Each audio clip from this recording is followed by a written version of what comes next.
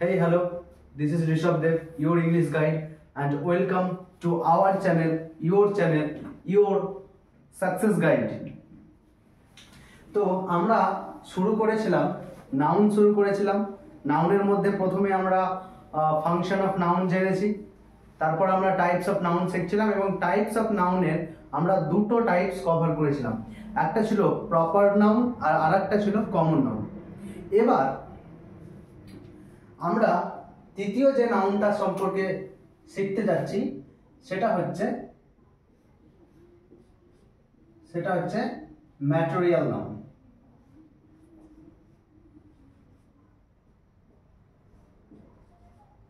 Material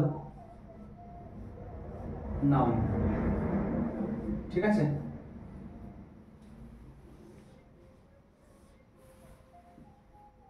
material noun. তো material noun কি? Material noun মানে হচ্ছে যে এমন নাউন যা কিছু পদার্থকে বোঝায়। কি বললাম? যা কিছু পদার্থকে বা সাবস্টেন্সকে বোঝায়, ঠিক আছে? সাবস্টেন্সকে বোঝায়। আচ্ছা, এবার শুরু করা যাক। তাহলে একটা সুন্দর একটা ডেফিনেশন দিয়ে শুরু করব। ম্যাটেরিয়াল নাউনটা কি? ম্যাটেরিয়াল নাউন হচ্ছে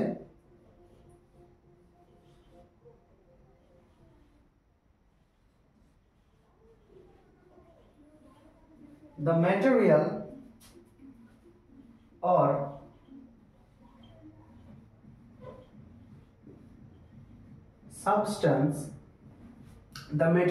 substance that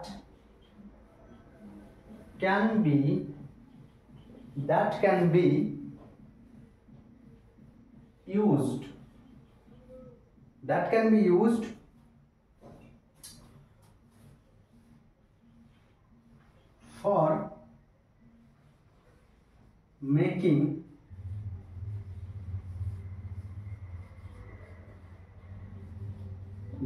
used for making things। মানে কি হলো? যে সেই সমস্ত পদার্থ বা সাবস্টেন্স যেগুলো থেকে কোনো জিনিস, নতুন কিছু জিনিস তৈরি করা যায়। যেমন উদাহরণস্বরূপ এক্সাম্পল দেওয়া যাক। এক্সাম্পলের মধ্যে কি আছে? যেমন আমি বলতে পারি গোল্ড। গোল্ড মানে সোনা। সোনা থেকে সোনার নানা রকম জুয়েলারি তৈরি হয়। যেমন ধরো আয়রন। আয়রন মানে কি? লোহা, ঠিক আছে? আয়রন মানে হচ্ছে লোহা, লোহার সংকেত Fe। তাহলে গোল্ড, আয়রন। আর কি দেওয়া যেতে পারে? যেমন ধরো leather,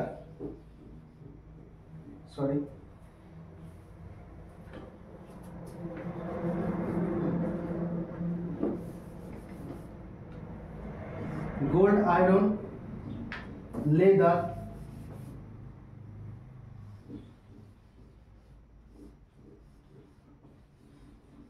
cotton,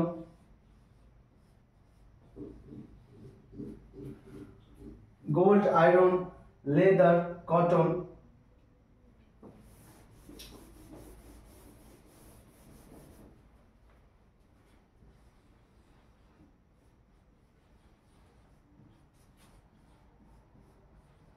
leather, cotton, plastic,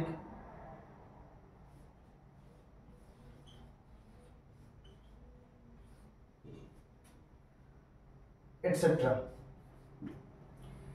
তাহলে এখানে দেখো আয়রন দিয়েও নানা কিছু জিনিস তৈরি করা যায়, কটন, প্লাস্টিক, এই সমস্তগুলো। এবার কিছু ইম্পর্টেন্ট জিনিস আছে যেগুলোকে আমাদেরকে নোট করতে হবে। কি কি নোটগুলো তোমরা নোট করবে?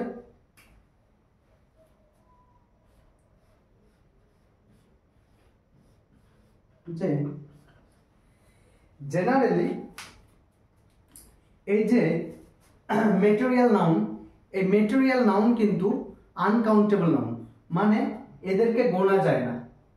বুঝতে পেরেছো কি বললাম? ম্যাটেরিয়াল নাউনকে গোনা যায় না, ঠিক আছে?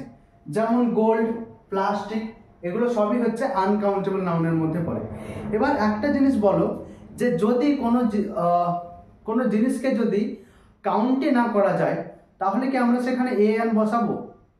এ অ্যান বসাবো না, ঠিক আছে?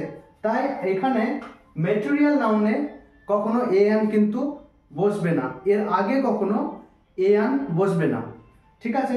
এবার চলো তাহলে নোট করে নেওয়া যাক। এবার আমি কি বললাম যে 1 নম্বর পয়েন্ট দিয়ে লিখবে যে ম্যাটেরিয়াল নাউন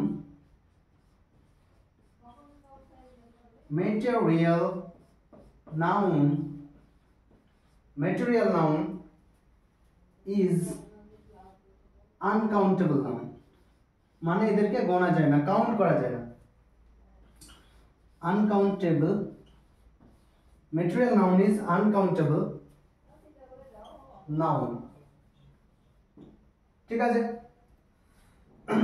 দ্বিতীয় নম্বর পয়েন্টে আমরা কি, দ্বিতীয় নম্বর পয়েন্টে হচ্ছে আমরা লিখব উই ডু নট ইউজ,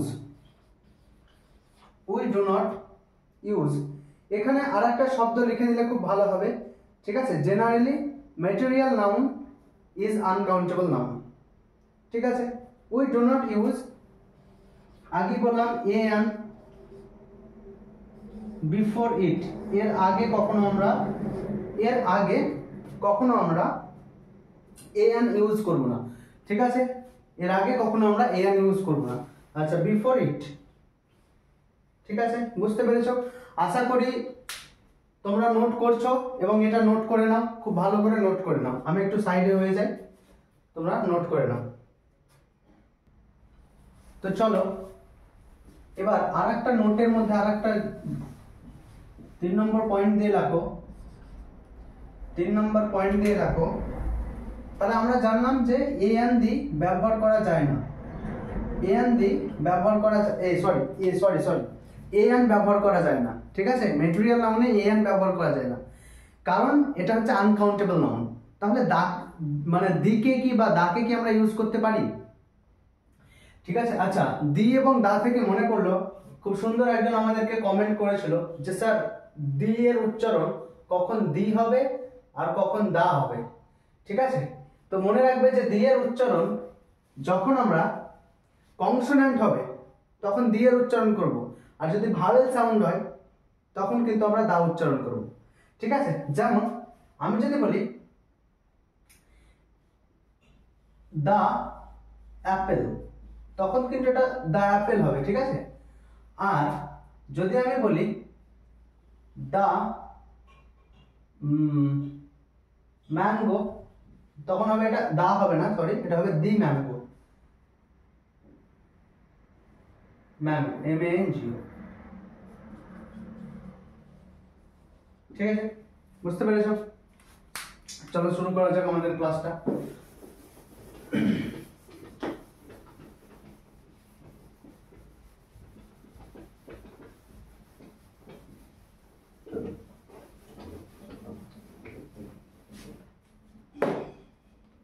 আমরা তাহলে জানবো কি দি এর ব্যবহার কি করা যায়, দি এর ব্যবহার।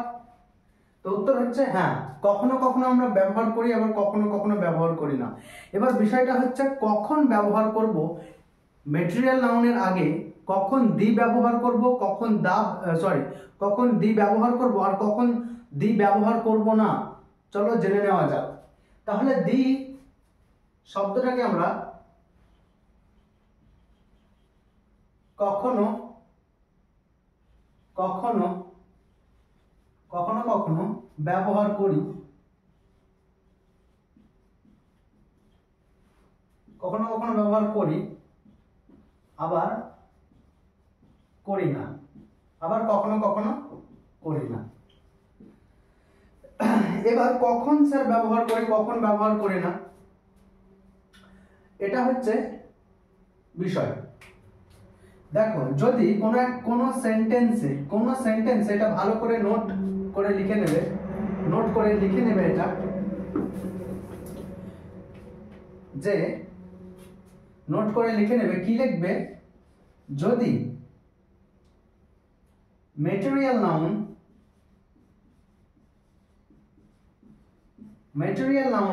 বা কোনো ম্যাটেরিয়াল নাউনে যদি কোনো সেন্টেন্সে যদি কি বললাম, যদি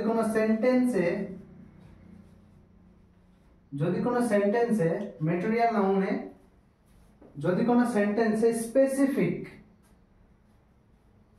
প্রথমে যদি স্পেসিফিক বা জেনারেল সেন্স বোঝায়, দুটো ক্ষেত্রে আলাদা হবে। ম্যাটেরিয়াল নাউনে কোনো সেন্টেন্সে যদি সেটা জেনারেল সেন্স দেয়, কি বললাম, জেনারেল সেন্স দেয়, তাহলে জেনারেল সেন্স দিলে তখন আমাদের এই দি বা দায়ের ব্যবহার কিন্তু ভুল হয়ে যাবে। আমরা কখনোই দি বা দাকে ব্যবহার করব না, কখন, এই জেনারেল সেন্সে, ঠিক আছে। দি এর ব্যবহার করব না, কখন, যখন জেনারেল সেন্সে, ঠিক আছে। কিন্তু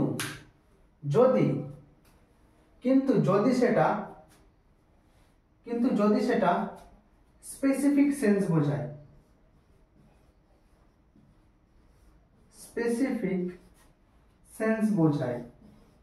বা স্পেসিফিক সেন্স দেয়, সেক্ষেত্রে স্পেসিফিক সেন্স যদি বোঝায় বা দেয়, সেক্ষেত্রে আমরা দায়ের ব্যবহার করব। কারণ দা আর্টিকেলের ব্যবহার কোনো নির্দিষ্ট ব্যক্তি বা বস্তুকে বা নির্দিষ্ট কিছুকে বোঝানোর জন্য ব্যবহার করা হয়, তাহলে এখানে দায়ের ব্যবহার কিন্তু একদম সঠিক হয়ে যাবে। বুঝতে পেরেছো? আশা করি বুঝতে এখনো পারোনি, হয়তো একটু অসুবিধা হচ্ছে, কিন্তু যখন আমি এসে তখন চিন্তা কিসের। চলো দুটো এক্সাম্পল দিয়ে ক্লিয়ার করা যাক। আমি বললাম দুটো এক্সাম্পল, খুব সুন্দর ভাবে দেখবে। আমি বললাম প্লাস্টিক। স্যার প্লাস্টিকটা কি? প্লাস্টিকটা material noun.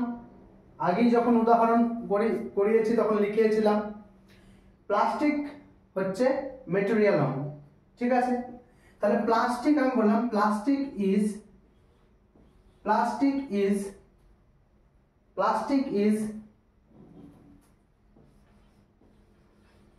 harmful. Plastic is harmful to the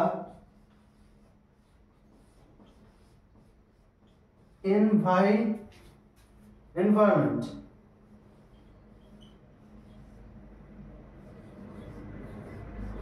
Plastic is harmful for environment. তাহলে এখানে এটা হচ্ছে এক নম্বর উদাহরণ, প্রথম উদাহরণ। এটা হচ্ছে প্রথম উদাহরণ। তুমি আমাকে বলো, এখানে তোমরা প্রত্যেকে বলো এখানে যে এখানে এই যে প্লাস্টিক, এই সেন্টেন্সটা কি সঠিক আছে না সঠিক নেই। আমি লিখলাম plastic is harmful to the environment. এখানে কি দায়ের ব্যবহার করা, দা বা দিয়ের ব্যবহার করা যেতে পারে? এখানে কি দিয়ের ব্যবহার করতে পারি আমরা? বলো। প্রথমে জানতে হবে যে, এর জন্য প্রথমে আমাদেরকে জানতে হবে যে জেনারেল সেন্স কি, স্পেসিফিক সেন্স কি। জেনারেল সেন্স হচ্ছে যেটা সবার জন্য প্রায় প্রযোজ্য, ঠিক আছে, জেনারেল সেন্স। কিন্তু যখন নির্দিষ্ট সেন্স, স্পেসিফিক সেন্স মানে হচ্ছে নির্দিষ্ট সেন্স। বুঝতে পেরেছো যে জেনারেল সেন্স মানে হচ্ছে সাধারণ যেগুলো, আর স্পেসিফিক মানে হচ্ছে নির্দিষ্ট। যেটা নির্দিষ্ট নয় সেটাই হচ্ছে জেনারেল, ঠিক আছে। আমি বললাম গাড়ির অনেক দাম, তাহলে এইটা জেনারেল সেন্স হলো, সাধারণ সেন্স বোঝাচ্ছে। কিন্তু আমি বললাম তুমি যে গাড়িটা কিনেছো, ভালো করে বোঝো, তুমি যে গাড়িটা কিনেছো সেইটার প্রচুর দাম, সেটার অনেক দাম। তাহলে এখানে যখনই বলেছি যে তুমি যে গাড়িটা কিনেছো, তুমি দেওয়ার সঙ্গে সঙ্গে এটা কিন্তু স্পেসিফিক হয়ে যাচ্ছে, নির্দিষ্ট হয়ে যাচ্ছে, স্পেসিফিক সেন্স বোঝাচ্ছে, ঠিক আছে। তাহলে এখানে আশা করি বুঝতে পেরেছো যে কোনটা জেনারেল কোনটা স্পেসিফিক। স্পেসিফিক মানে হচ্ছে নির্দিষ্ট সেন্স বোঝাবে, ঠিক আছে, আর এটা হচ্ছে নির্দিষ্ট নয়। বুঝতে পেরেছো? এটা হচ্ছে সাধারণ আর এটা হচ্ছে নির্দিষ্ট। এটা হচ্ছে সাধারণ সেন্স বোঝাবে আর এটা হচ্ছে নির্দিষ্ট সেন্স বোঝাবে। বুঝতে পেরেছো? তাহলে এখানে plastic is harmful to the environment, এখানে এটা কিন্তু সাধারণ, এখানে তো কোনো প্লাস্টিকের ব্যাপারে কোনো নির্দিষ্ট কিছু বলা হয়েছে কি?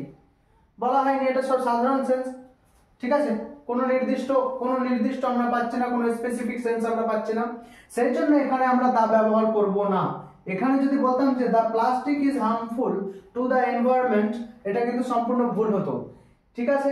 চলো দ্বিতীয় নম্বর উদাহরণটা বুঝে নিই আমরা। আমি বললাম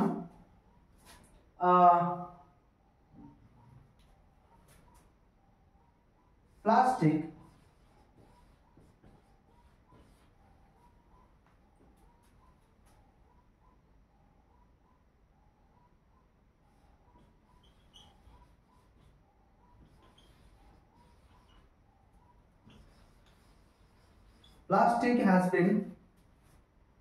plastic that has been used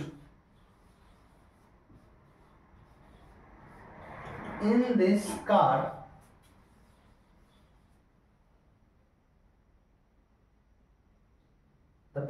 plastic that has been used in this car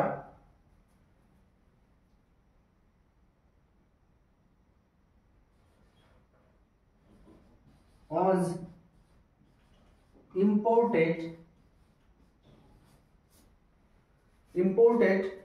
আশা করি লাইনটা আসছে না, একটু ঠিক করে দেই।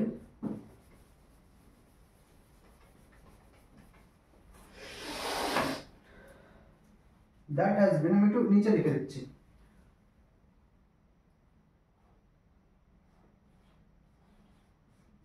imported from USA. Got it? এখানে বলো, আমি এখানে কি বললাম, plastic that has been used in this car was imported from USA. তাহলে এখানে তো বলা হয়েছে যে সেই প্লাস্টিকের ব্যাপারে যেটা এই গাড়িতে ব্যবহার হয়েছে সেটা ইউএসএ থেকে নিয়ে আসা হয়েছে। বুঝতে পেরেছো? তার মানে এখানে নির্দিষ্ট হয়ে গেছে প্লাস, তাহলে সেই জন্য এখানে আমরা দা ব্যবহার করব, সেই জন্য এখানে আমরা দা এর ব্যবহার করব, দিয়ের ব্যবহার করব। the plastic that has been used in this car was imported from USA. সেটা ইউএসএ থেকে নিয়ে আসা হয়েছে।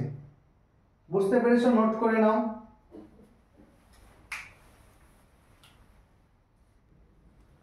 তো চলো আরো কতগুলি উদাহরণ নিয়ে জিনিসটা ক্লিয়ার করা যাক। আর একটা উদাহরণ নিচ্ছি আমি লিখলাম the gold is a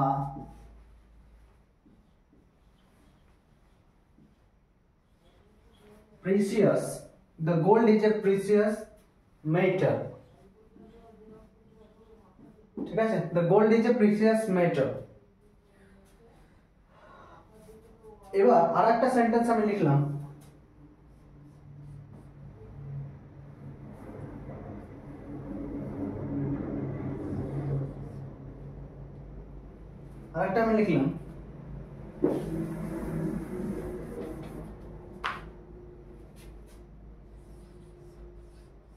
gold,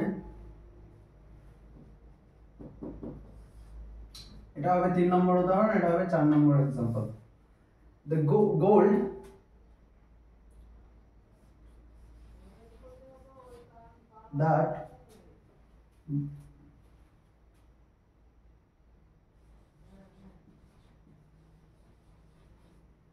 that has been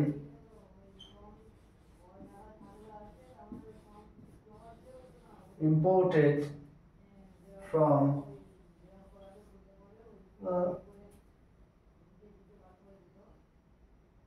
imported from, চলো রাশিয়া, কোন একটা দেশ, রাশিয়া, ইজ অফ 22 ক্যারট। ঠিক আছে, এই ক্যারট সি মানে হচ্ছে এখানে ক্যারট, ঠিক আছে, মানে এর মানে হচ্ছে গোল্ডের পরিমাপ, ঠিক আছে, ইউনিট বোঝায়, ঠিক আছে, যেমন আমরা কেরোসিন মাপতে কি করি, লিটারে ইউজ করি, সেরকম।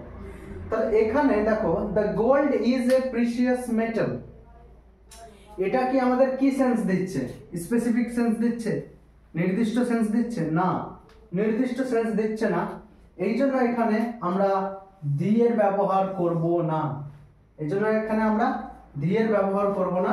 তাহলে এখান থেকে এই যে এইটুকু আছে, the gold is a precious metal, শুধু এটা হবে, the gold is a precious metal, শুধু এটা হবে। বুঝতে পেরেছো? এখানে দেখো, এই গোল্ডটাকে কিন্তু আমরা ইম্পোর্ট করেছি কোথা থেকে? রাশিয়া থেকে, ঠিক আছে। এই জন্য এখানে এটা নির্দিষ্ট সেন্স হয়ে যাচ্ছে। যখন নির্দিষ্ট সেন্স হয়ে যাচ্ছে তখন সেটাতে আমরা দা এর ব্যবহার লাগাবো, মানে দাকে আমরা লাগাবো বা দিকে আমরা লাগাবো। তাহলে কি হবে? দি গোল্ড। কি হবে? দি গোল্ড। বুঝতে পেরেছো? এবার আমরা তাহলে ম্যাটেরিয়াল নাউন সম্পর্কে আমরা সম্পূর্ণ জেনে নিলাম, ঠিক আছে। এগুলো কিন্তু খুব ইম্পর্টেন্ট, ঠিক আছে, কোনখানে দি লাগাতে হয়, কোনখানে দি লাগাতে হয় না, এসবগুলো কিন্তু ভীষণ দরকার। তাহলে যদি এখানে এটা এই জন্য দা লাগেনি, এর কারণ হলো এটা হচ্ছে জেনারেল সেন্স। কি সেন্স? জেনারেল সেন্স, ঠিক আছে। কিন্তু এখানে দা লেগেছে, এর কারণ কি? এটা স্পেসিফিক, এটা হচ্ছে specific sense, specific sense, specific sense. বুঝতে পেরেছো? এবার আমরা শুরু করতে যাচ্ছি কালেকটিভ নাউন। ম্যাটেরিয়াল নাউন আমাদের 3 নাম্বার ছিল, এটা নোট করে নেবে, 3 নাম্বার কিন্তু, ঠিক আছে। তো চলো এবার আমরা জেনে নেব আমাদের 4 নাম্বার নাউন, যেটা হচ্ছে কি নাউন? Collective noun. এখানে কালেকটিভ শব্দটা শুনেই বুঝতে পারছো যে এখানে নিশ্চয়ই কিছু কালেক্টের বোঝাবে, একসঙ্গে জুড়ে থাকার কথা বোঝাবে। কালেক্ট মানে কি করা? সংগ্রহ করা। তাহলে কালেকটিভ নাউন, কালেকটিভ নাউন তাহলে কি না স্যার? কালেকটিভ নাউন হলো যে ওয়ার্ড দ্বারা কোনো গ্রুপকে বোঝানো হয়, গ্রুপের নামকে বোঝানো হয়, ঠিক আছে, অনেকগুলো মেম্বারের একটা গ্রুপকে বোঝানো হয়, তখন সেটা কি হয়?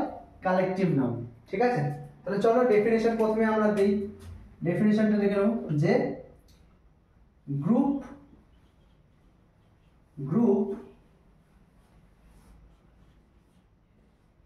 রিপ্রেজেন্টিং, এখানে 8টা বড় হাতের হয়ে গেল,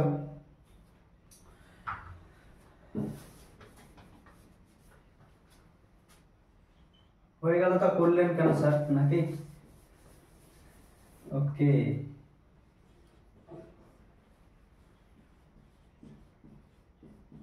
গ্রুপ রিপ্রেজেন্টিং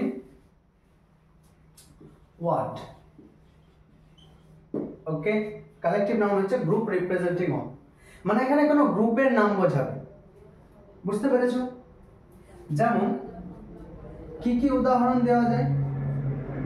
এক্সাম্পল কি কি স্যার? এক্সাম্পলের মধ্যে আর্মি, ঠিক আছে, যাদের গুরুত্ব আমাদের জীবনে এবং আমাদের দেশের জন্য অপরিসীম, তাদের স্যালুট, তাদের কাজকে এবং তাদের কাজকেই বলা যেতে পারে। তো আর্মি মানে কি? সৈন্যদল, ঠিক আছে। তাহলে এটা কি হবে? গ্রুপ অফ সোলজার্স, ঠিক আছে, গ্রুপ অফ সোলজার্স।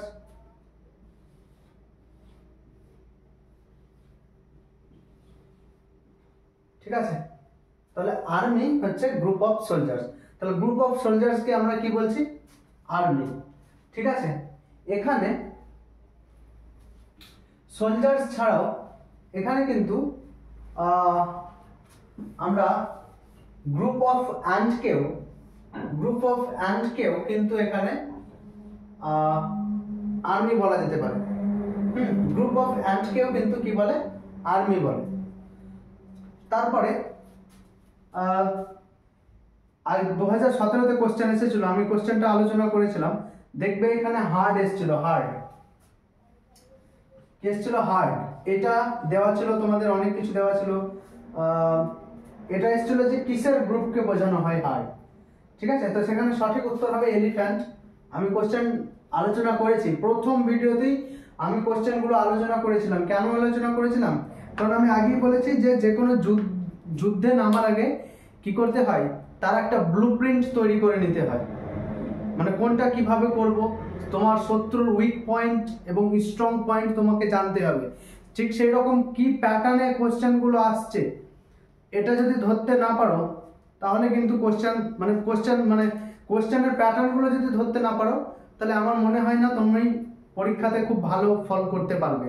ঠিক আছে, তাহলে এখানে হার্ড এসেছিল, এটা কোশ্চেন এসেছিল 2017-তে এসেছিল, 2017-এর কোশ্চেন এটা। ঠিক আছে, WBSSC গ্রুপ সি-তে এসেছিল, গ্রুপ সির কোশ্চেন এটা। এখানে হার্ড তাহলে কি? গ্রুপ অফ এলিফ্যান্টদেরকেও বোঝানো হয়, গ্রুপ অফ এলিফ্যান্টকেও বোঝানো হয়, এলিফ্যান্ট বা হাতিদের গ্রুপকে।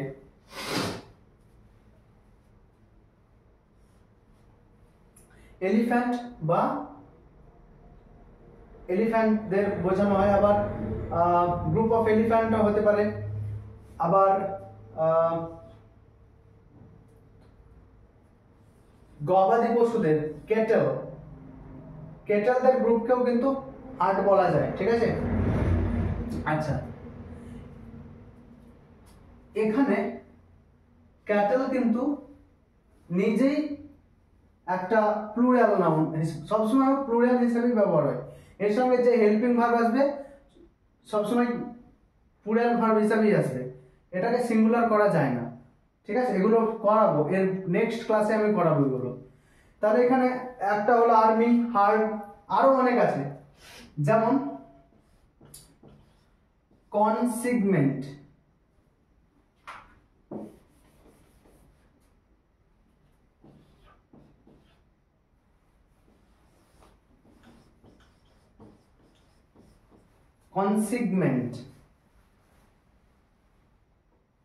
কনসিগমেন্ট কিসের হয়? কনসিগমেন্ট অফ গুডস হয়, কনসিগমেন্ট অফ গুডস।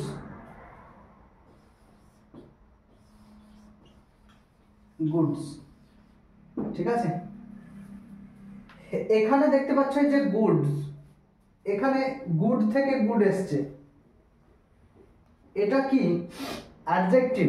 কিন্তু দেখো এখানে অ্যাডজেক্টিভের সাধারণত প্লুরাল হয় না, কিন্তু যেহেতু এখানে প্লুরাল হয়েছে, এর মানেটা কিন্তু কি হয়েছে?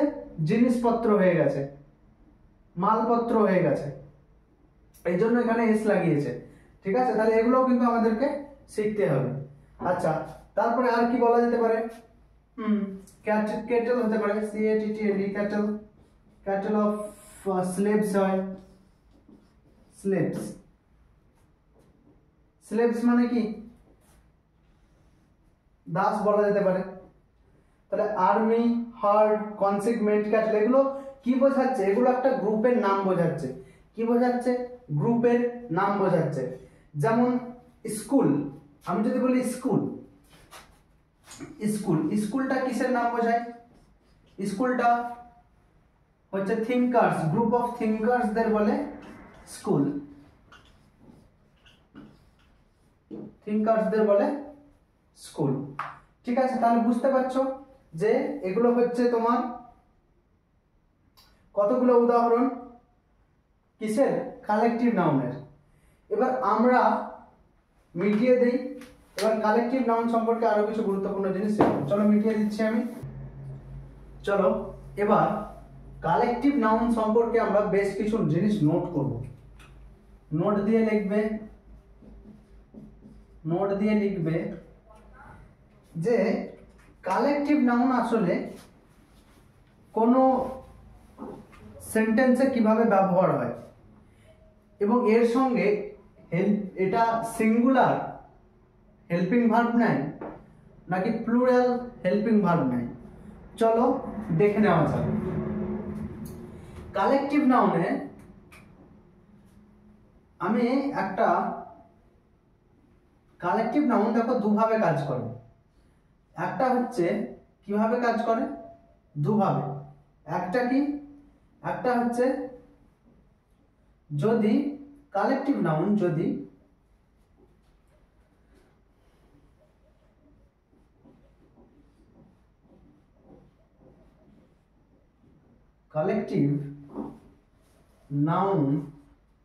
কালেকটিভ নাউন যদি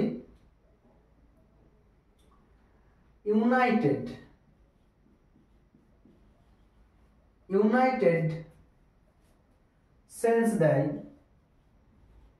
বা স্টেটমেন্ট বোঝায়। কি বললাম, কালেকটিভ নাউন যদি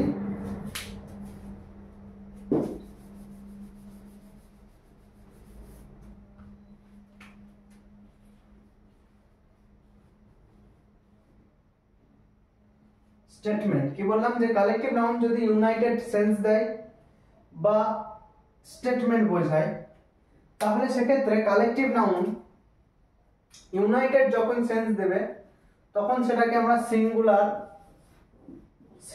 হিসাবে কনসিডার করব। সেটাকে আমরা সিঙ্গুলার হিসাবে কনসিডার করব এবং সেখানে সিঙ্গুলার ভার্ব নেব। ঠিক আছে, সিঙ্গুলার ভার্ব নেব। আর যদি কালেকটিভ নাউন, দ্বিতীয় নম্বর, আর যদি কালেকটিভ নাউন যদি ডিভাইডেড,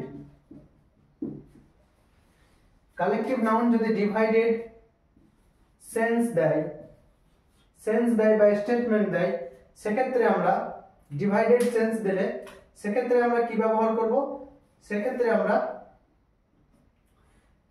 আমরা প্লুরাল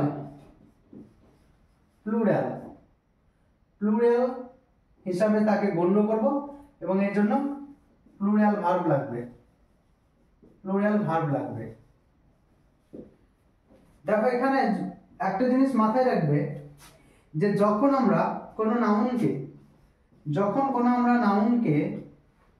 প্লুরাল করব,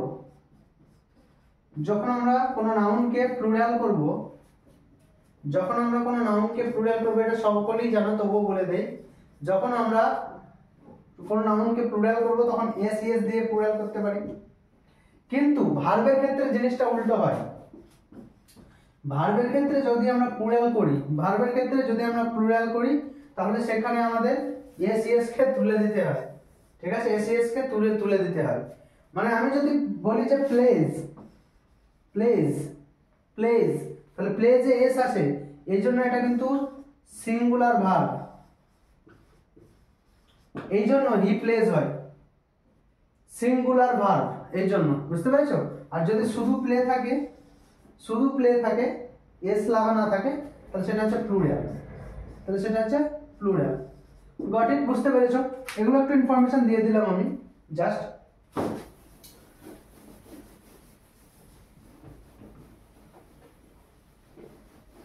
ঠিক আছে, তাহলে এখানে বুঝতে পারছো যে কালেকটিভ নাউন যদি ইউনাইটেড সেন্স দেয় তাহলে সেটা সিঙ্গুলার হিসাবে গণ্য হবে এবং সিঙ্গুলার ভার্ব নেবে, এবং যদি ডিভাইডেড সেন্স হয় তাহলে প্লুরাল হিসাবে গণ্য হবে এবং প্লুরাল ভার্ব দেবে। এবার আমরা দুটো উদাহরণ দিয়ে একদম ক্লিয়ার করে দিচ্ছি। প্রথমে আমরা বুঝবো ইউনাইটেড সেন্স।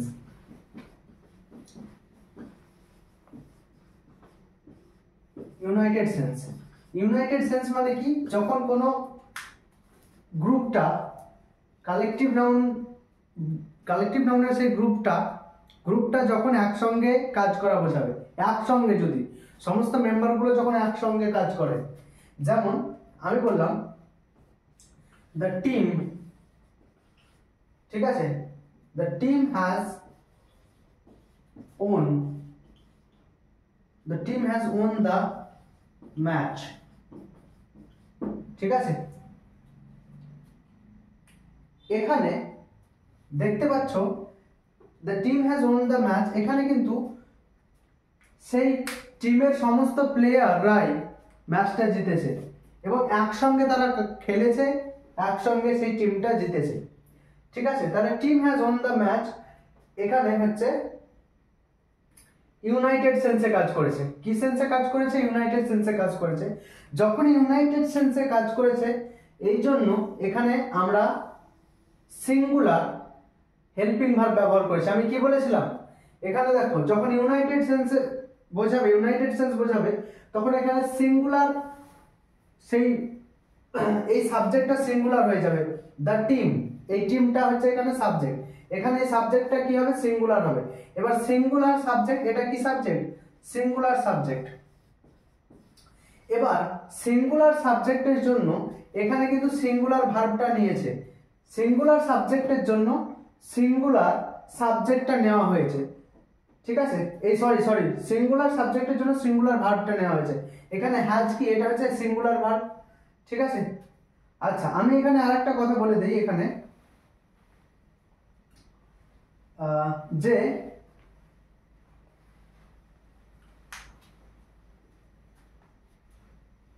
সিঙ্গুলার সাবজেক্ট, এখানে সিঙ্গুলার সাবজেক্ট, সিঙ্গুলার সাবজেক্টের জন্য এটা হচ্ছে singular verb.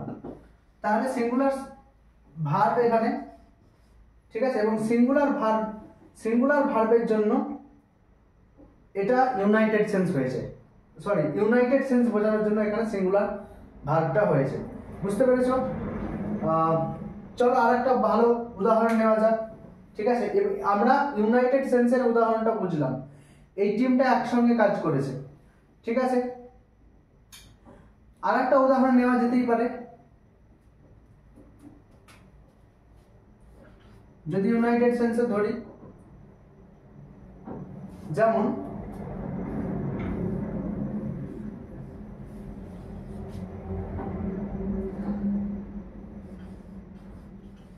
the bench has decided, the bench has decided to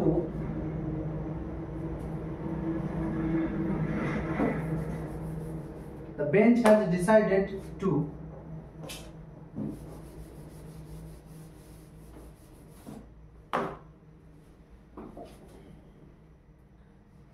has decided to remove the system. The bench has decided to remove the system, ঠিক আছে। System বা এখানে তুমি ল করে দিতে পারো, রুল করে দিতে পারো, ঠিক আছে, রুলস করে দিতে পারো। তাহলে বেঞ্চ ডিসাইডেড নিয়েছে সেই সিস্টেমটাকে তুলে দিতে, ঠিক আছে। তাহলে এখানে বেঞ্চ কাদের বলে?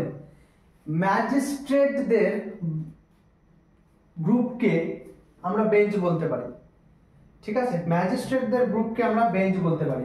তাহলে এটা হচ্ছে সিঙ্গুলার সাবজেক্ট হিসেবে কাজ করেছে, সিঙ্গুলার সাবজেক্ট হিসেবে কাজ করেছে এটা, এই জন্য এটা সিঙ্গুলার হেল্পিং ভার্ব নিয়েছে। বুঝতে পেরেছো? সিঙ্গুলার হেল্পিং ভার্ব নিয়েছে, এটা হচ্ছে মেন ভার্ব, ঠিক আছে, আর এটা হচ্ছে অবজেক্ট, ঠিক আছে। তো চলো এবার আমরা আশা করি ইউনাইটেড সেন্সটা বুঝতে পেরেছো। এখানে টিমটা একসঙ্গে কাজ করেছে, সবাই মিলে একসঙ্গে কাজ করেছে, কেউ টিমের কোনো মেম্বার আলাদা আলাদা কাজ করেনি, সবাই একসঙ্গে কাজ করেছে, সবাই জিতেছে, সবাই ম্যাচটাকে জিতিয়েছে। এখানে বেঞ্চটা সবাই মিলে ডিসিশন নিয়েছে, একসঙ্গে ডিসিশন নিয়েছে এই সিস্টেমটাকে, ঠিক আছে, সিস্টেমটিকে তুলে দেওয়ার জন্য, এই জন্য এখানে ইউনাইটেড সেন্স বোঝাচ্ছে। বুঝতে পেরেছো? এবার আমরা ডিভাইডেড সেন্স বুঝবো। চলো মিটিয়ে দিই। তো চলো আমরা ডিভাইডেড সেন্সটা বুঝে নিই, ঠিক আছে। আমি এখানে লিখলাম ডিভাইডেড সেন্স। স্যার যদি ডিভাইডেড সেন্স থাকে তাহলে কি করব? কিছুই না, তোমাকে প্লুরাল ভার্ব ইউজ করতে হবে। যেমন যখন টিম সম্পর্কে আলোচনা চলছে তখন আমরা জানি, সকলেই জানি, আমাদের দেশের মহারানীরা অর্থাৎ ইন্ডিয়ান ক্রিকেট টিম, ঠিক আছে, হরমনপ্রীত কৌর যিনি ক্যাপ্টেন ছিলেন, এই তো কিছুদিন হলো ওয়ার্ল্ড কাপ জিতেছে, ঠিক আছে। তো এটা আমাদের জন্য, আমাদের পুরো দেশের জন্য খুব ভালো একটা বিষয়। এর জন্য মহিলা ক্রিকেট টিম আরো শক্তিশালী হবে এবং ভারতবর্ষের আরো মেয়েরা, ঠিক আছে, ক্রিকেটার হওয়ার স্বপ্ন দেখবে, ঠিক আছে। আমি তো অনেক আগে থেকেই তাদের ফ্যান ছিলাম। এখন মানুষ আরো হাই মানে পাবে, আরো বেশি তাদেরকে আরো সাপোর্ট করবে। কিন্তু আমি যখন মহিলা ক্রিকেট দেখতে শুরু করি তখন মিতালি রাজ ক্যাপ্টেন ছিল। আমার ভীষণ প্রিয় একজন মহিলা ক্রিকেটার মিতালি রাজ, তখন ভারতবর্ষে তিনি তখন ক্যাপ্টেন ছিল। সম্ভবত মোটামুটি 5-6 বছর এরকম হবে আগেকার কথা। তো চলো একটা সেন্টেন্স দিচ্ছি। The Indian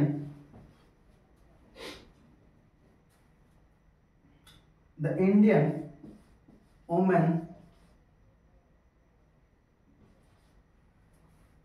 cricket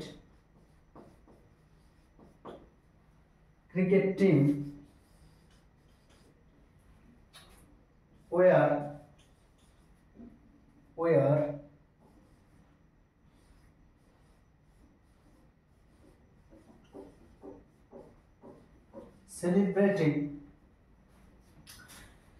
Indian women cricket team were celebrating their 2025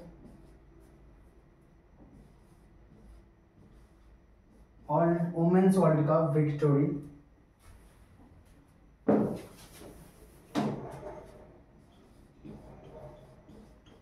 Women's World Cup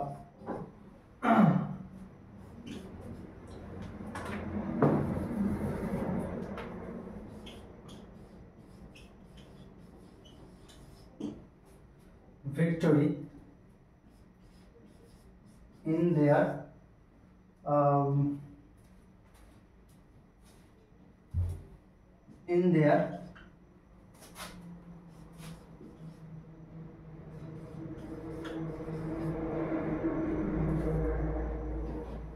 unique ways.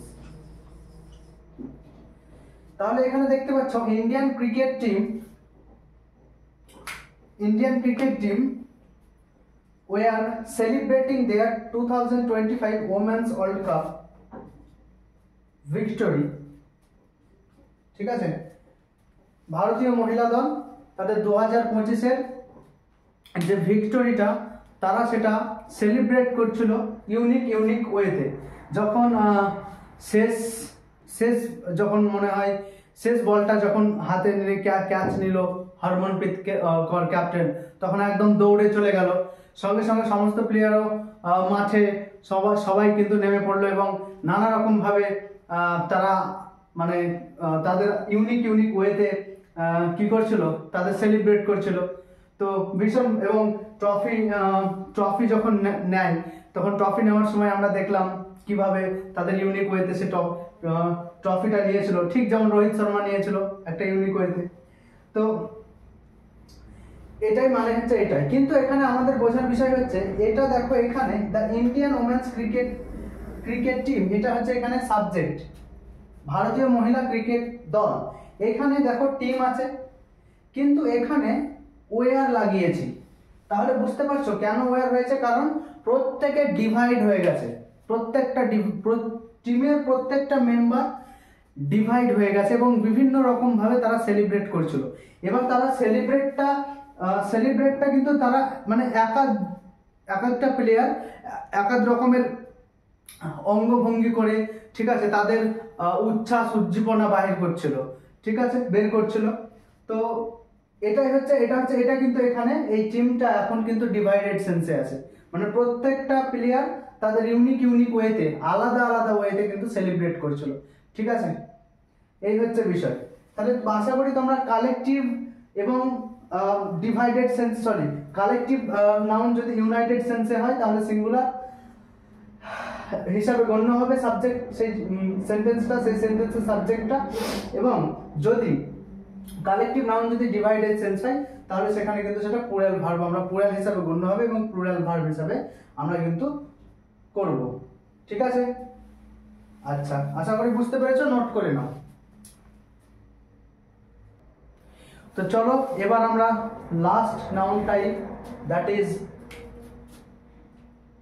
Abstract noun. এটা হবে আমাদের 5 নম্বর নাউন টাইপ। এটার নাম হচ্ছে অ্যাবস্ট্রাক্ট নাউন। Abstract noun.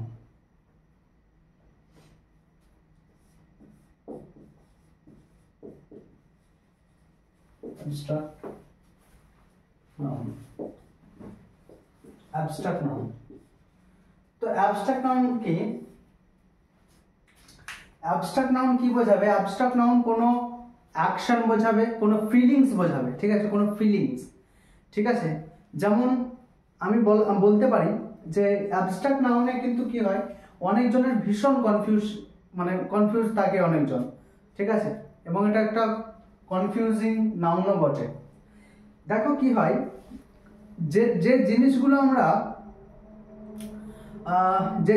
আমরা ফিল করতে পারি, অনুভব করতে পারি, ঠিক আছে, যে জিনিসগুলো আমরা ফিল করতে পারি আমাদের 5 সেন্সেসের দ্বারা, সেগুলো হচ্ছে অ্যাবস্ট্রাক্ট নাউন। যেমন আমি একটা বললাম কোয়ালিটি, অনেস্টি হচ্ছে কি একটা কোয়ালিটি। এবার এই যে অনেস্টি শব্দটা বললাম, এটার মধ্যে একটা ফিল এলো, ঠিক আছে। অনেস্টি মানে হচ্ছে একটা কোয়ালিটির শব্দ, আমরা জানতে পারলাম যে না, অনেস্টি কি কোথাও দেখতে পাওয়া যায়? আমরা কি অনেস্টিকে ছুতে পারি, এই ভাই অনেস্টি কেমন আছিস, এরকমটা তো নয়। অনেস্টি হচ্ছে একটা কোয়ালিটির বিষয়। যেমন ধরো লাভ, আমরা যখন যে ভালোবাসি, আমরা আমাদের মা বাবাকে ভালোবাসি, আবার কেউ আপনজন থাকতে পারে যাদেরকে ভালোবাসি আমরা, স্পেশাল কেউ, যাই হোক। তো এই যে ভালোবাসাটা, এই ভালোবাসাটাকে কি আমরা দেখতে পাই? এই ভালোবাসাটাকে আমরা দেখতে পাই না। যেমন ধরো কারোর প্রতি আমাদের ঘৃণা জন্মায়, তাহলে ঘৃণাটা কি দেখা যায়? হ্যাঁ, আমরা চোখ হয়তো গটগট করে তাকাই, এভাবে একটু মানে বিষেলা চোখে তাকায়, কিন্তু এগুলো সবই হচ্ছে একটা ফিলিংস, একটা কোয়ালিটি। তো এগুলোকে আমরা 5 সেন্সেসের দ্বারা অনুভব করতে পারি আমরা। তো এগুলো হচ্ছে অ্যাবস্ট্রাক্ট নাউন, যেগুলো চোখে দেখা যাচ্ছে না, যেগুলোকে তোমরা টাচ করতে পারো না, ঠিক আছে, এগুলো হচ্ছে অ্যাবস্ট্রাক্ট নাউন। যেমন পোভার্টি অ্যাবস্ট্রাক্ট নাউন জিনিসটা ভালো করে বুঝে নাও, এরপর থেকে আর কনফিউশন রাখবো না আশা করছি। যেমন আমি বললাম পোভার্টি মানে কি? পোভার্টি মানে হচ্ছে কি বলা যায়, গরিবত্ব বলা যায়। আমি বাংলাতে ভীষণ কাঁচা, তো এর হয়তো সাউন্ডটা এরকমই হবে, গরিবত্ব বা যাই হোক, মানে জিনিসটা হচ্ছে গরিব, কোনো একটা মানুষ গরিব। এই গরিবত্বটাকে কি বা এই পোভার্টিটাকে কি আমরা দেখতে পারি? মানে ধরো আমি একটা এখানে একটা মানুষ দেখলাম, ঠিক আছে, এ খুব স্মাইল করে আছে, অন্যদিকে ই কিন্তু ভীষণ গোমরা মুখ হয়ে আছে। আমি এটা দেখতে পাচ্ছি। এবার এটা কিন্তু আমি বাইরের জিনিসটাকে দেখতে পাচ্ছি, বাইরের জিনিসটাকে দেখতে পাচ্ছি। আমি বললাম পভার্টিকে আমরা দেখতে পাই না। পভার্টিকে আমরা দেখতে পাই কি? পভার্টিকে আমরা দেখতে পাই না। হ্যাঁ, কোনো মানুষ যদি কুঁড়ে ঘরে থাকে, কোনো মানুষ যদি কুঁড়ে ঘরে থাকে, তাহলে সেটাকে আমরা এটা এটা দেখতে পাচ্ছি, দেখে অনুভব করতে পারছি তার যে না, সে গরিব। আমরা তাকে জাজ করছি কি জন্য? তার আউটার লুক দেখে, ওপরের জিনিসটা দেখে। এই যে এই মানুষটা হাসি মুখ করে আছে, হতে পারে যে এর কাছে হতে পারে যে এই মানুষটা হাসির মুখ করে আছে আর এই মানুষটা দুঃখী মুখ করে আছে। এই যে এই বাইরের চিত্র দেখে কিন্তু আমি কিন্তু কোনোদিনই বুঝতে পারবো না যে এই মানুষটার পয়সা কতটা, তার ধন সম্পদ ওয়েলথ কতটুকু আছে। হতে পারে এর কাছে জিরো ব্যালেন্স আছে, হতে পারে এর কাছে $1000 সামথিং কিছু আছে, হয়তো বিলিয়ন ট্রিলিয়নে তার কাছে পয়সা আছে। ঠিক আছে, তার হয়তো দিনই ইনকাম হয়েছে, হয়তো সেকেন্ডে হয়তো ধরা গেল যে মোটামুটি মিনিটই হয়তো ধরা গেল যে $100। কিন্তু এখানে এই হাসি মানে স্যাড মুখ করে আছে। তাহলে এটা আমরা দেখছি, বাইরের লুকটাকে দেখছি। বাইরের লুক কখনোই কিন্তু এটা জাজ করে না, এটা বোঝা মানে এটা দেখায় না যে এই মানুষটা বেশি গরিব বা এই মানুষটা বেশি সুখী আছে, এই মানুষটা বেশি গরিব। আমরা তো ভিতরে যাচ্ছি না। ধরো তুমি কোথাও কোনো একটা রাজা যদি ভিখারির বেশে আসে, তাহলে সে তো ভিখারি নয়, আমরা তাকে দেখতে পাচ্ছি, তার গরিবত্বটাকে দেখতে পাচ্ছি, মানে সে তার পোশাকটাকে দেখতে পাচ্ছি, কিন্তু তার ভিতরের যে রিচনেস সেটাকে কি আমরা দেখতে পারি? কোনো একজন রাজা যদি ভিখারির বেশে আসে, আমরা তাকে দেখতে পাবো যে ছেঁড়া জামা পরে আছে, ঠিক আছে, এটা অনুভব করব যে সে গরিব, কিন্তু সে তো আসলে গরিব নয়। সেই জন্য এই যে এটা হচ্ছে অ্যাবস্ট্রাক্ট নাউন, ঠিক আছে, যেগুলোকে ফিল করা যায়, যেগুলোকে চোখে দেখা যায় না। এটা তোমার মনের একটা ফিলিংস, এটাই হচ্ছে অ্যাবস্ট্রাক্ট নাউন। এবারে ফিলিংস এর মধ্যে তুমি কোনো অ্যাকশন করতে পারো, থিঙ্কিং করছো, তুমি কোনো অ্যাকশন করতে পারো, তুমি কোনো তোমার প্রতি কারোর ভালোবাসা থাকতে পারে, তোমার প্রতি কারোর ঘেন্না থাকতে পারে। বুঝতে পেরেছো? এটাই হচ্ছে অ্যাবস্ট্রাক্ট নাউন। তাহলে অ্যাবস্ট্রাক্ট নাউন ডিনোট, এখানে একটা অ্যাবস্ট্রাক্ট নাউন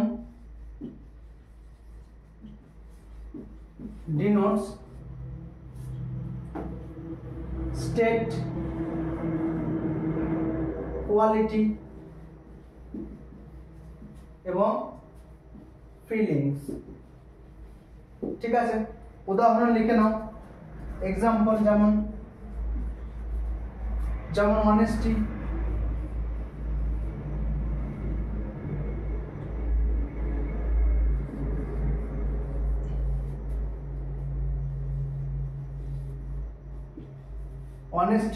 ক্রুয়েলটি, নিষ্ঠুরতা, অনেস্টির বিপরীত। ঠিক আছে, অনেস্টি মানে হচ্ছে সৎ, ক্রুয়েলটি মানে নিষ্ঠুরতা, অনেস্টি মানে হচ্ছে সততা।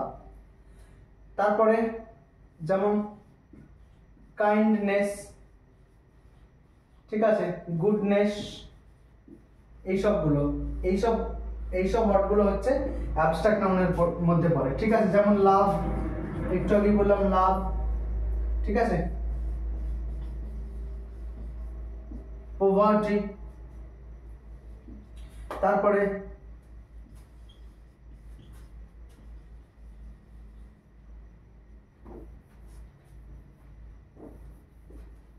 লাভ, পভার্টি, তারপরে ম্যানেজমেন্ট,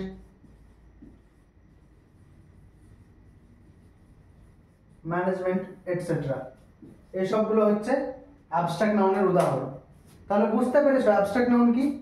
অর্থাৎ কোনো একটা জিনিস তুমি চোখের সামনে সেটা দেখতে পাচ্ছ, এবার মানে ওই যে বললাম যে কোনো কারোর তুমি পভার্টিটা ফিল করতে পারো, চোখে দেখতে পাও না তুমি। হ্যাঁ, তুমি চোখে দেখে তুমি এই সেন্সটা নিচ্ছ যে এটা গরিব, ইনি গরিব, পভার্টি। ঠিক আছে, তার অবস্থা কিরকম, পোভার্টি। তাহলে এই যে পোভার্টিটা, এটা হচ্ছে ফিল করছো তুমি, বুঝতে পারছো?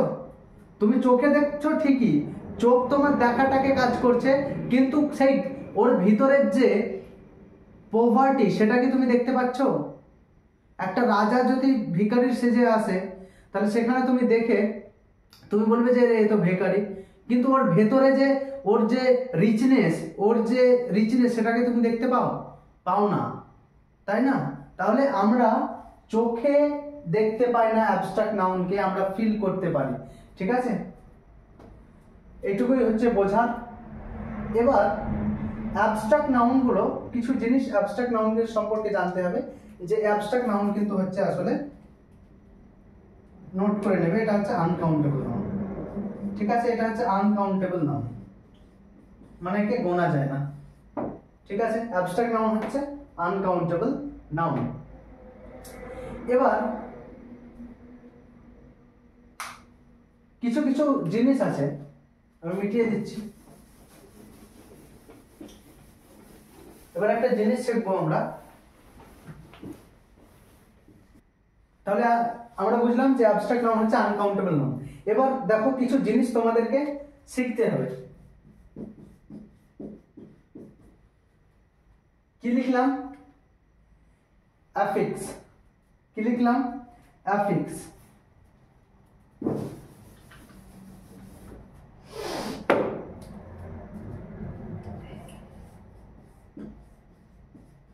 অ্যাফিক্স। অ্যাফিক্স এই শব্দের অর্থটা কি? মানে হচ্ছে শব্দের যোগ, শব্দের যোগ। ঠিক আছে, এই অ্যাফিক্সকে আমরা তিন ভাগে ভাগ করি। অ্যাফিক্সকে আমরা কয় ভাগে ভাগ করি? দেখো, দুই ভাগে ভাগ করি। প্রথমটা কি? প্রথমটা হচ্ছে সাফিক্স। সাফিক্স,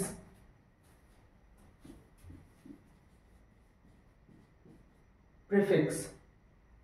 সাফিক্স আর প্রিফিক্স। সাফিক্সটা কি? সাফিক্সটা যেটা শব্দের পরে বসে, শব্দের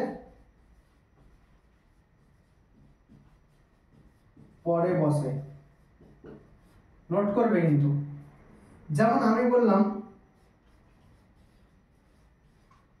ম্যানেজ, ম্যানেজের সঙ্গে মেন্ট, ম্যানেজের সঙ্গে মেন্ট যোগ করে এখানে হয়েছে ম্যানেজমেন্ট।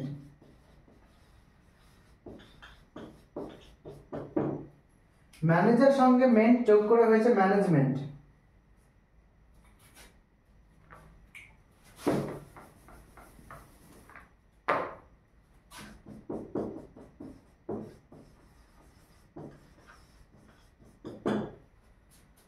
ম্যানেজের সঙ্গে যোগ করে হয়েছে মেন্ট, সরি, ম্যানেজের সঙ্গে মেন্ট যোগ করে হয়েছে ম্যানেজমেন্ট। এখানে এই যে মেন্টটা দেখছো, এই মেন্টটা হচ্ছে একটা সাফিক্স। সাফিক্স, মেন্টটা হচ্ছে কি একটা সাফিক্স। ঠিক আছে, যেমন তুমি বলতে পারো, তুমি বলতে পারো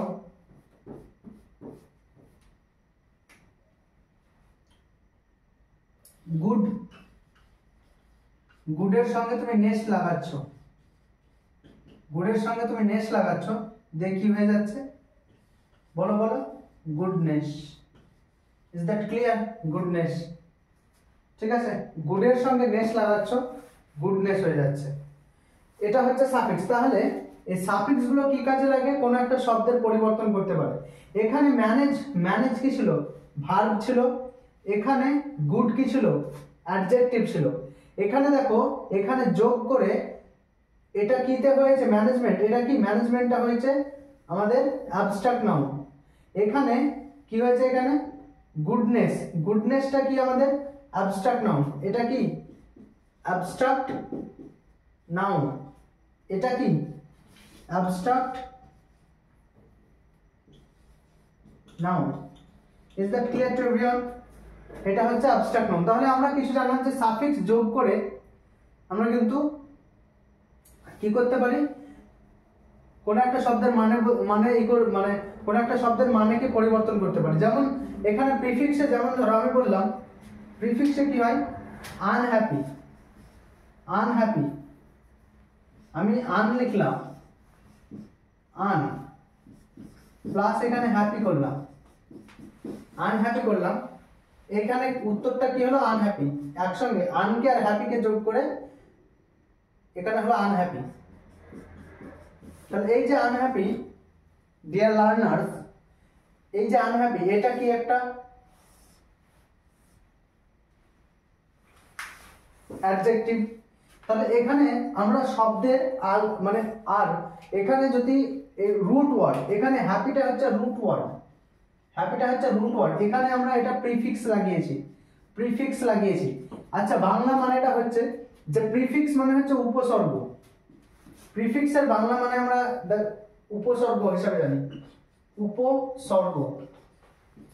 প্রিফিক্সের বাংলা হচ্ছে উপসর্গ, সাফিক্সের হচ্ছে প্রত্যয় বলে মনে হয়, প্রত্যয়, এগুলো ঠিক আছে। মানে রুটের সঙ্গে এই যে এটা হচ্ছে ম্যানেজ, এখানে ম্যানেজটা হচ্ছে রুট ওয়ার্ড, এর সঙ্গে আমরা এটা সাফিক্স লাগিয়েছি, দিয়ে একটা শব্দ তৈরি হয়েছে ম্যানেজমেন্ট। এখানে এটা হচ্ছে গুড, গুড হচ্ছে রুট ওয়ার্ড, গুড হচ্ছে এখানে রুট ওয়ার্ড, গুড হচ্ছে এখানে রুট ওয়ার্ড। গুডের সঙ্গে এই রুটের সঙ্গে যোগ হয়েছে, এই পরে যোগ হয়েছে বলে এটা হচ্ছে সাফিক্স, ঠিক আছে। এখানেও এটা হচ্ছে রুট ওয়ার্ড এবং এর পরে যোগ হয়েছে সাফিক্স, এটা রুট ওয়ার্ড আর এটা হচ্ছে সাফিক্স, এর সঙ্গে তৈরি হয়েছে নতুন একটা শব্দ। তাহলে এই এবার যদি রুট মেন ওয়ার্ড, রুট বা মেন ওয়ার্ডের সঙ্গে যদি চেঞ্জ হয়, রুট ওয়ার্ডের মধ্যেই যদি কোনো চেঞ্জ হয়, সেটাকে আমরা বলবো ইনফিক্স। সেটা আমরা কি বলবো, সেটাকে আমরা বলে ইনফিক্স, ঠিক আছে। তাহলে তিন রকমের পেলাম, ঠিক আছে। ইনফিক্স, ইনফিক্সটা কি, ইনফিক্সটা হচ্ছে শব্দের মধ্যে চেঞ্জ, তাহলে শব্দের মানে রুট ওয়ার্ডের মধ্যে চেঞ্জ। তাহলে রুট ওয়ার্ড অ্যাফিক্স কি মানে শব্দের যোগ, ঠিক আছে, কোন শব্দের হচ্ছে যোগ করা। এবার অ্যাফিক্সকে দেখো সাফিক্স, ইনফিক্স এবং প্রিফিক্সে ভাগ করা যায়, বুঝতে পেরেছো। যদি রুটের মধ্যে চেঞ্জ হয়, change change in infix, change in root, রুটের মধ্যে চেঞ্জ হলে সেটা হচ্ছে ইনফিক্স।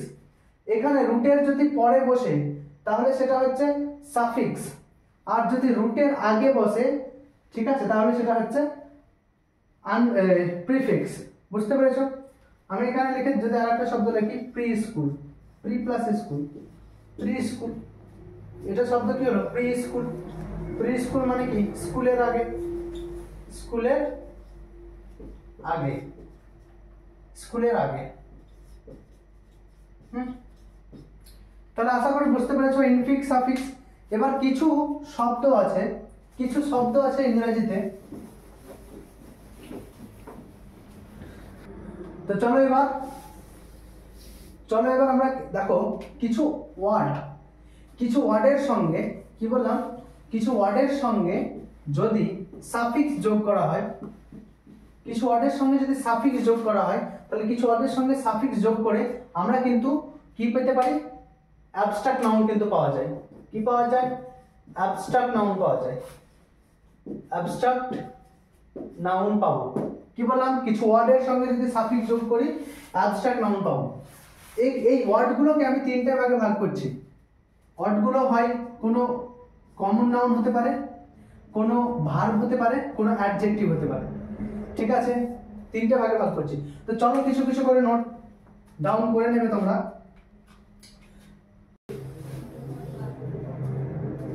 আমি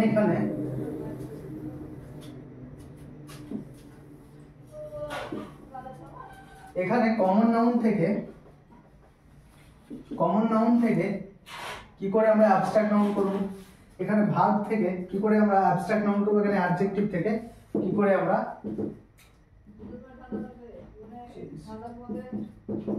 অ্যাডজেক্টিভ থেকে কি করে আমরা কমন নাউন অ্যাবস্ট্রাক্ট নাউন করব। দেখো কাইন্ড, কাইন্ড, ঠিক আছে। তারপরে যেমন ধরো গুড, ঠিক আছে। কাইন্ড থেকে কি হয়, কাইন্ডের সঙ্গে আমি কি সাফিক্স জুড়ে দিচ্ছি, নেস, ঠিক আছে। তাহলে কি হলো, কাইন্ডের সঙ্গে যদি আমি নেস যোগ করি তাহলে সেটা হলো কাইন্ডনেস, এটা একটা অ্যাবস্ট্রাক্ট নাউন। গুডের সঙ্গে আমি যদি গুড প্লাস নেস, ঠিক আছে, সেটা হচ্ছে গুডনেস, গুডনেস, আমি যদি বলি হিল,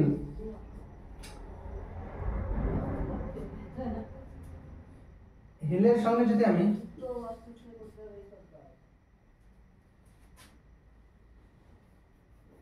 আচ্ছা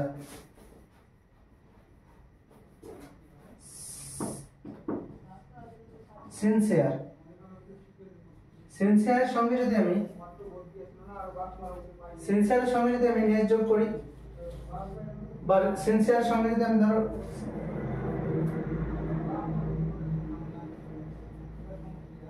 সিনসিয়ারের সঙ্গে ইটি যোগ করব, তাহলে কি হবে সিনসিয়ারিটি। এখানে ইনফিক্স একটু চেঞ্জ হয়ে যাবে, এখানে ইটা উঠে যাবে, আইটা টি বসে যাবে, আই আর টি বসে যাবে, SINCERITY, সিনসিয়ারিটি বানানটা দেখে নেবে। ঠিক আছে, ভার্ব, ভার্ব থেকে যেমন হচ্ছে লাফ, লাফ মানে কি হাসি। আচ্ছা লাফের সঙ্গে তুমি লাফ এর সঙ্গে প্লাস তুমি টার যোগ করো, লাফটার, LAUGHT, লাফটার কি একটা হচ্ছে হাসি। ঠিক আছে, তুমি ডেভেলপ, ডেভেলপ ডেভেলপ ডেভেলপ আছে, এই ডেভেলপের সঙ্গে তুমি ডেভেলপের সঙ্গে তুমি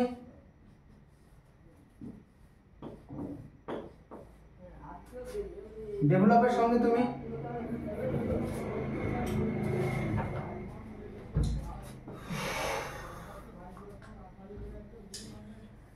ডেভেলপ আছে,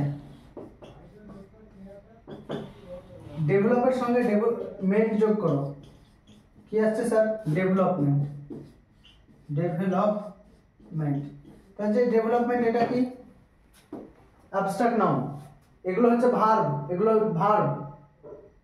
এখানে লাফটা হচ্ছে ভার্ব, এখানে ডেভেলপ হচ্ছে ভার্ব, এদের সঙ্গে আমরা সাফিক্স মেন্ট যোগ করেছি, এখানে সাফিক্স স্টার যোগ করেছি, এখানে লাফটার হয়েছে, এখানে ডেভেলপমেন্ট হয়েছে।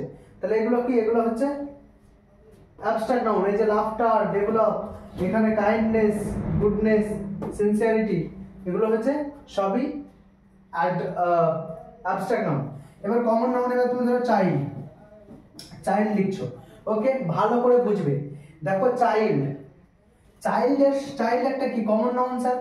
এই চাইল্ডের সঙ্গে তুমি যদি হুড যোগ করে দাও কি হবে স্যার চাইল্ডহুড। এই চাইল্ডহুডটা কি এখানে স্যার, চাইল্ডহুডটা এখানে হচ্ছে অ্যাবস্ট্রাক্ট নাউন। এখানে ভালো করে বুঝবে, চাইল্ডহুডটা এখানে হচ্ছে অ্যাবস্ট্রাক্ট নাউন। চাইল্ডহুডের সঙ্গে সঙ্গে একটা হচ্ছে চাইল্ডিশ হয়, চাইল্ডিশ, আর একটা হয় চাইল্ড লাইক। এই দুটো শব্দ মনে রাখবে, ঠিক আছে, চাইল্ডিশ আর চাইল্ড লাইক। এখানে দেখো চাইল্ডিশ, চাইল্ডিশ, এখানে চাইল্ডটা কি, এখানে চাইল্ডটা হচ্ছে একটা কমন নাউন, কমন নাউন। এখানে হুড, এখানে কি জুড়েছে, এখানে হচ্ছে সাফিক্স জুড়েছে, হুডটা কি এখানে সাফিক্স, হুডটা সাফিক্স জুড়ে এখানে চিলড্রেন কি হয়েছে বলে অ্যাবস্ট্রাক্ট নাউন হয়েছে, সরি চাইল্ডহুডটা কি হয়েছে অ্যাবস্ট্রাক্ট নাউন হয়েছে, হয়েছে না হয়েছে না, একদম হয়েছে স্যার, একদম হয়েছে স্যার। এবার এই যে চাইল্ডিশ আর চাইল্ড লাইক, এই দুটোই কিন্তু হচ্ছে অ্যাডজেক্টিভ স্যার, এটা হচ্ছে দুটোই কিন্তু হচ্ছে অ্যাডজেক্টিভ।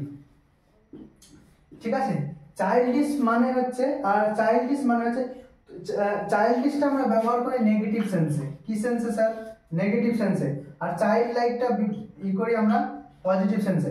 যেমন তোমাকে কেউ বললো কি চাইল্ডিশ কথাবার্তা বলছিস, চাইল্ড কি চাইল্ডিশ কথাবার্তা বলছিস, ঠিক আছে, তার মানে